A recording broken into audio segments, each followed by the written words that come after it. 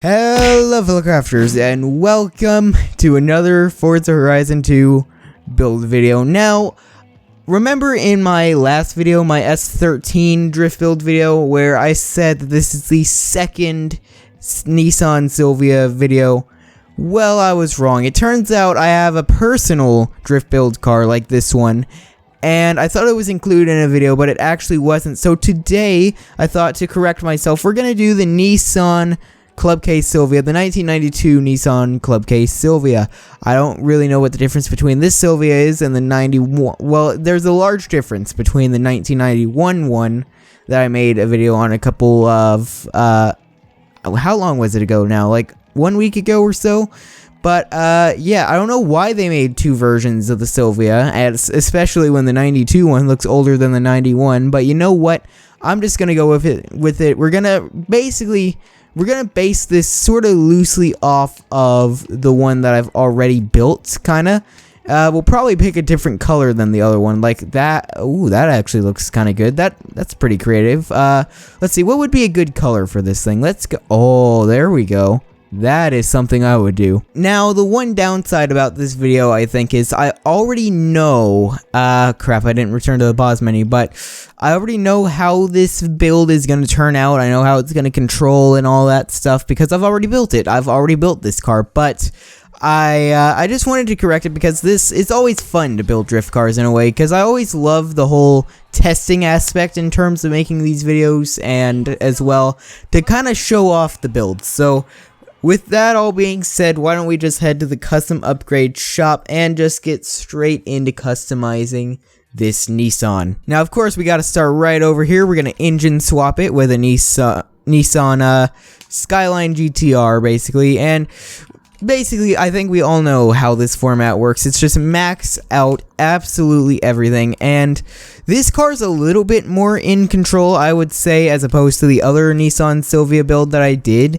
But I still want to put on better tires, I think, because while this one does control better, it does not mean that it is not absolutely out of control. So we're just going to max out all these parts, I think, and then we'll probably throw on like sport tires, maybe, whatever like the very first class of tire is. Obviously, we're not going to put on like drag tires on it because that would defeat the whole purpose. But we are, however, going to put on a street tire compound. It's, as you see, it helps the handling quite a bit, but definitely not as much as those race tires. So we're just going to go with a street tire compound, and we'll probably keep the tires just like that and throw on, as usual, our RS rims wherever they are, and of course make them as big as possible because we're gonna racer this thing out in a second. But there we go, look at this thing. Oh crap, I accidentally exited the custom upgrade shop. Well, that's alright, but of course, you know, we gotta racer this thing up, so we'll get the, oh gosh, okay, actually we might make this appealing, semi-appealing anyway. So what would be good to throw on here? Maybe that's a little bit over the top. We're going to throw maybe a couple over the top things on it, but hopefully some of them actually do something. Oh my gosh, this is actually way over the top now. This is, okay, yeah, remember how I said we're going to try and keep this non-racerish? Well, this is about as racerish as you can get, but there we go. If we can zoom the camera out all the way, there we go. That is our Nissan Silvia. I guess, why don't we just get straight to it, I guess. Get straight to the drifting. I also just want to say real quick before I start drifting, I just wanted to thank you all so much for the support. My view count, like, ever since, if you don't know, I have, like, an account where I just upload random stuff. I found out about this site. It's called VidBit. I just upload random stuff there. And a lot of the people from VidBit, or at least a couple people from VidBit, have come and check out my channel, which is awesome, and they so far have been leaving a lot of support, which is awesome. And all of you guys out there who have been with my channel for a long time, just thank you for giving me as much support as we have. And I just recently hit 620 subscribers. I've been stuck at like 615 forever, and now I'm at 622. So obviously, thank you all so much. And with that being said, let's get on to the ridiculous drifting. Here we go. Oh boy, okay, so I think those street tires definitely help a bit. It's definitely not as loose as the other version of this car I have. So why don't we okay, that's actually way too grippy. That is way too grippy. What the heck? I thought I could have missed that palm tree. In fact, I did. I did miss that palm tree. It was close, but I actually ended up missing it. It just, for some reason, counted me as running into it. But overall, I think the e-brake, oh my gosh, I flipped it over. But yeah, so far, this thing is definitely so much grippier than the other one.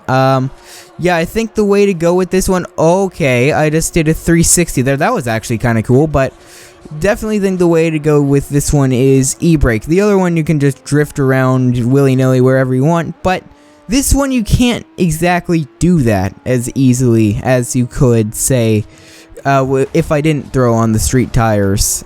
Oh gosh, drift all the way through the corner. Oh, we didn't drift all the way through the corner, but we still set a pretty good speed trap. In fact, it knew personal best. Well, that was unexpected.